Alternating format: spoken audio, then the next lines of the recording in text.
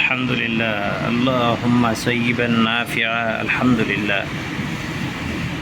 ঢাকাতে বৃষ্টি হচ্ছে, সকলে আল্লাহ দরবার শুকরিয়া আদায় করে আলহামদুলিল্লাহ।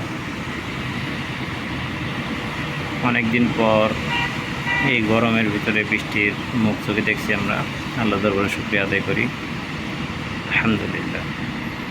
বোঝা যাচ্ছে না, ওই যে পানির ভিতরে নড়ানড়ি দেখি বোঝা যাচ্ছে যে বৃষ্টি হচ্ছে। এখন রাত্রি তো, এই জন্য বৃষ্টির ফোঁটা দেখা যাচ্ছে না।